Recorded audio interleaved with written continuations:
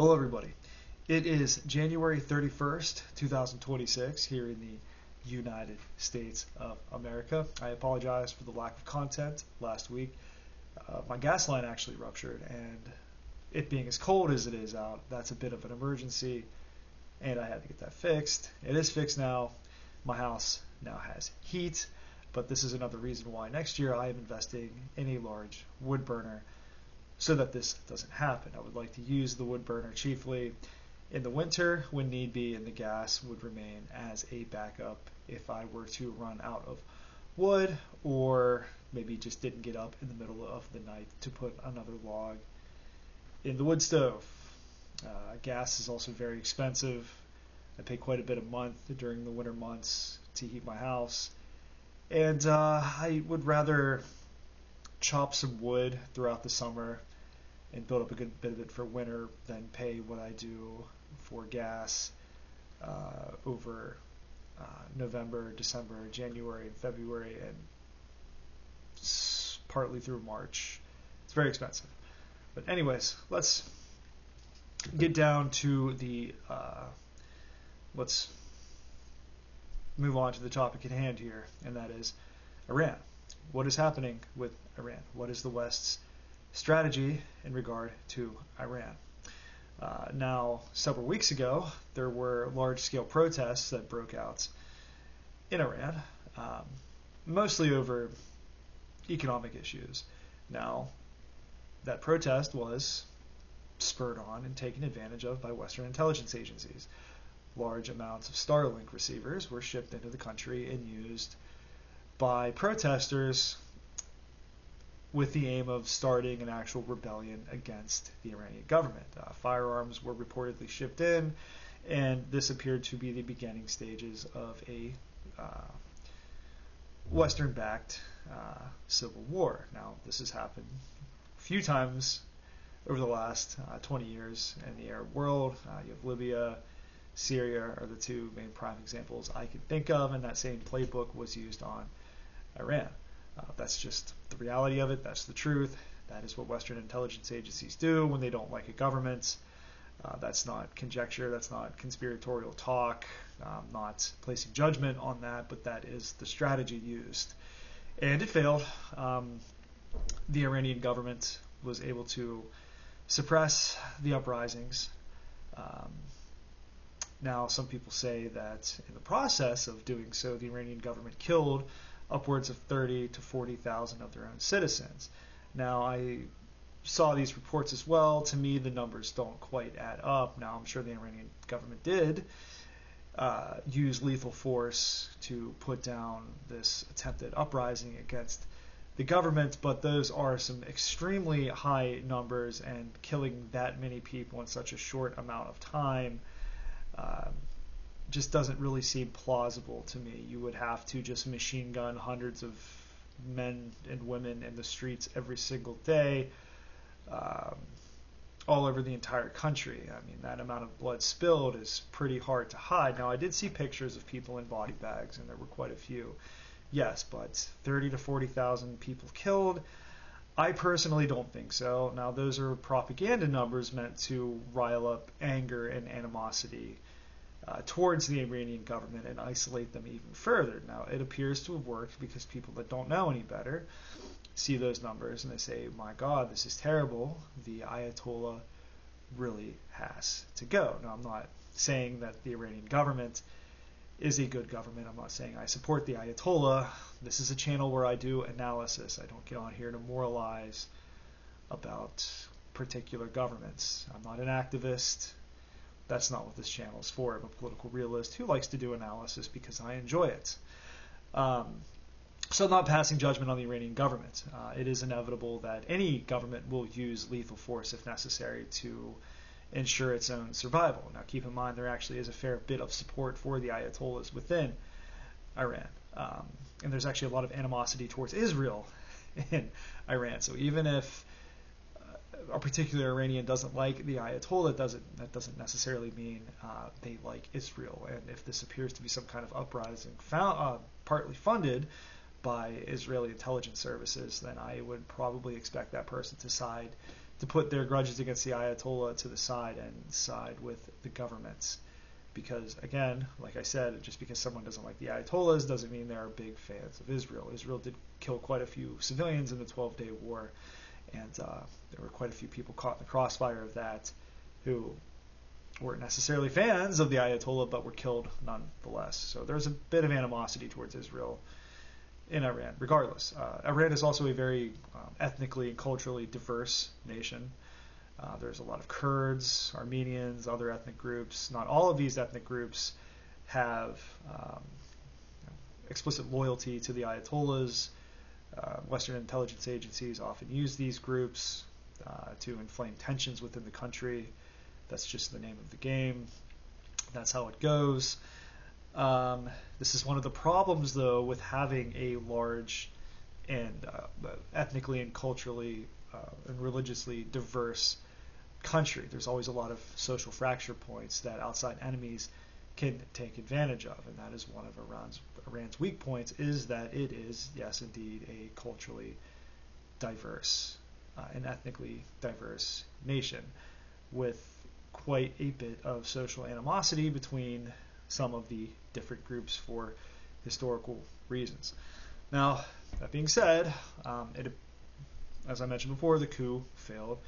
The Iranian government is still standing. What I think the hope was to instigate and ignite a civil war within the country, and then at that point, Western governments taking advantage of the chaos would have launched airstrikes and killed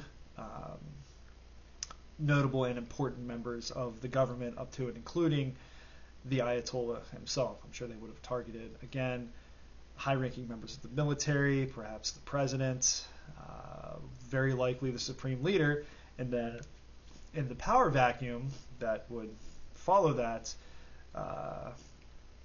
there would be chaos, and that would neutralize Iran as a player on this great chessboard that is the Middle East. Now, I think people need to keep in mind the ultimate goal of Western governments is not necessarily to place a Western-friendly government within Iran. It is to create chaos and instability. If the government that takes the place of the Ayatollah isn't the son of, or isn't run by the son of the Shah, and isn't explicitly pro-Western, if they are too preoccupied with maintaining stability to really fund groups like Hezbollah and Hamas, or promote any kind of Palestinian resistance movements, or project its power across the Middle East in any way, well then, mission accomplished. So ultimately the goal with Iran is, if the government isn't explicitly replaced with replaced with an explicitly pro-Western government, the goal is to cause chaos and make it very difficult for Iran to gain its footing once more. Now, I think after these, it was clear that these protests failed and the Iranian government is still standing, it would appear that airstrikes were taken off the table, that moment of vulnerability was no longer there, and Iran has seemingly gained its footing once more. Iran is not, I keep saying Iran. It's more natural for me to say Iran, so I'm just going to say Iran. I have an American accent, so we're going to go with Iran. But anyway, Iran is a much harder nut to crack for Western intelligence services than Venezuela. They have a much larger military, a more competent military, much better technology, and it's much easier for Russia and China to actually supply them with military goods because of their proximity to both countries. It's actually very close to Russia's border, and China is much closer as well than they are to Venezuela. So it's actually much easier for Iran to be supplied with any kind of assistance that it needs. And it is believed that Iran was able to neutralize all these shipped-in Starlink terminals thanks to direct help from Russia because of his experience in doing so in the Ukraine war, because the Ukrainian military, their communication services and whatnot, and they're actually propped up by Starlink, their drones, their communications, and whatnot. And Russia has figured out a way to neutralize Starlink or find Starlink terminals, or something along those lines. But they gave Iran assistance in that regard. So the strategy appears now to be to try to put maximum pressure on Iran to force them into some kind of deal. If it appears that the government is in a stronger position than was assumed and isn't going to fall through mass protests or some kind of uprising, then I think the United States is hoping that maximum pressure now at this point will force the Iranians into some kind of deal where they can exist as they are, but the option of having any kind of uranium enrichment is completely taken off the table. I think this is why Trump just sent in another task force and is now floating the idea of launching further strikes against Iran to try to pressure the government, because I think that window of opportunity to use some kind of popular uprising has closed for now. Now, will the Iranians cave to this pressure? I don't think they will. I think here's the reality of it too, that I think this gives the Iranians a bit of an advantage. I think they, along with most other people, know that another war within the Middle East involving the United States would be extremely unpopular in the United States. It would hurt the Trump administration very badly politically. Now, Trump is trying to walk a fine line into getting involved just enough to keep the Israelis happy, to accomplish one of the goals that the Israelis want, and also keep his base happy. Trump is, I think, in some deep political trouble here at home. The Epstein files were just released. Now, just to talk about that quickly and not to go off track too much, I read much of these files. I don't really have an opinion yet, and here's why. This was just a mass dump of interviews, it would appear to be. And in any criminal case, there's always witnesses that come forward, evidence presented that ends up not being credible. It looks like much of this stuff hasn't been sifted through yet. It appears that a lot of what's in these files are true, and there's also some stuff in these files that appear to be wild accusations that have no basis in reality. I'm not going to automatically assume that everything said in these files is true, given the fact that when you follow any kind of criminal case, there's always some crazy witnesses that come forward that have nothing to do with the case, that are telling investigators, I was there, I saw it, so-and-so did this, I was involved, and it turns out it's some lunatic that actually wasn't involved at all. That is an unfortunate reality of human beings. We just do stupid stuff sometimes for no reason.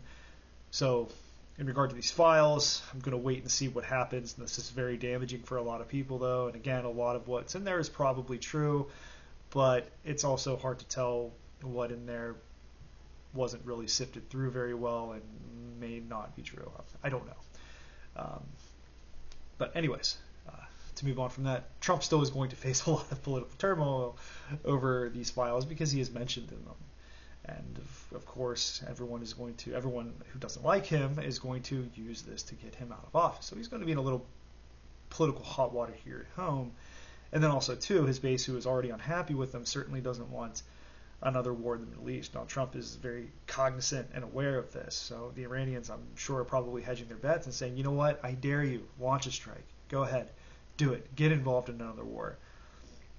You'll be a lame duck president in 2026 anyways, and your party will be out of office in 2028. Now, it doesn't really necessarily mean the Iranians will have it any better, because I think every administration, regardless if they're Republican or Democrat, has an aggressive stance towards Iran. But I would say Trump has one of the most aggressive stances towards the country of any president in recent history. So they may be looking into that and hedging their bets on political turmoil in the United States, making a direct strike against Iran, or the prospect of war with Iran, to be something that just isn't tenable and possible to pull off politically for the Trump administration. But anyways, that's really all I have to say about this situation.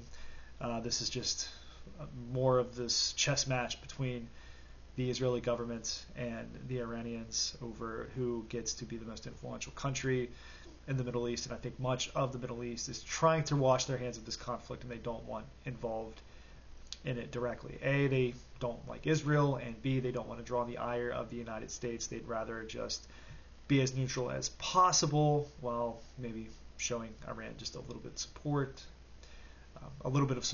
as a brother Muslim nation, but not enough to actually draw them into the conflict directly. I think everyone's trying to wait this out and just sort of see what happens. But anyways, that's really all I wanted to talk about in this video. I'll be back tomorrow with a live stream tomorrow afternoon around, I think, 2 or 3. Quite a few things I want to talk about. Maybe I'll talk about the Epstein files just a little bit.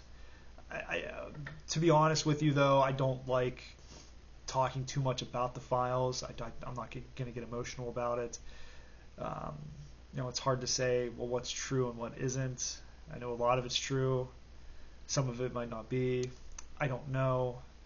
I don't like to get involved in conjecture about these things too much because I like to have the facts in my hands before I do any kind of analysis. That's just the way I do things. But either way, I think these files are going to cause a political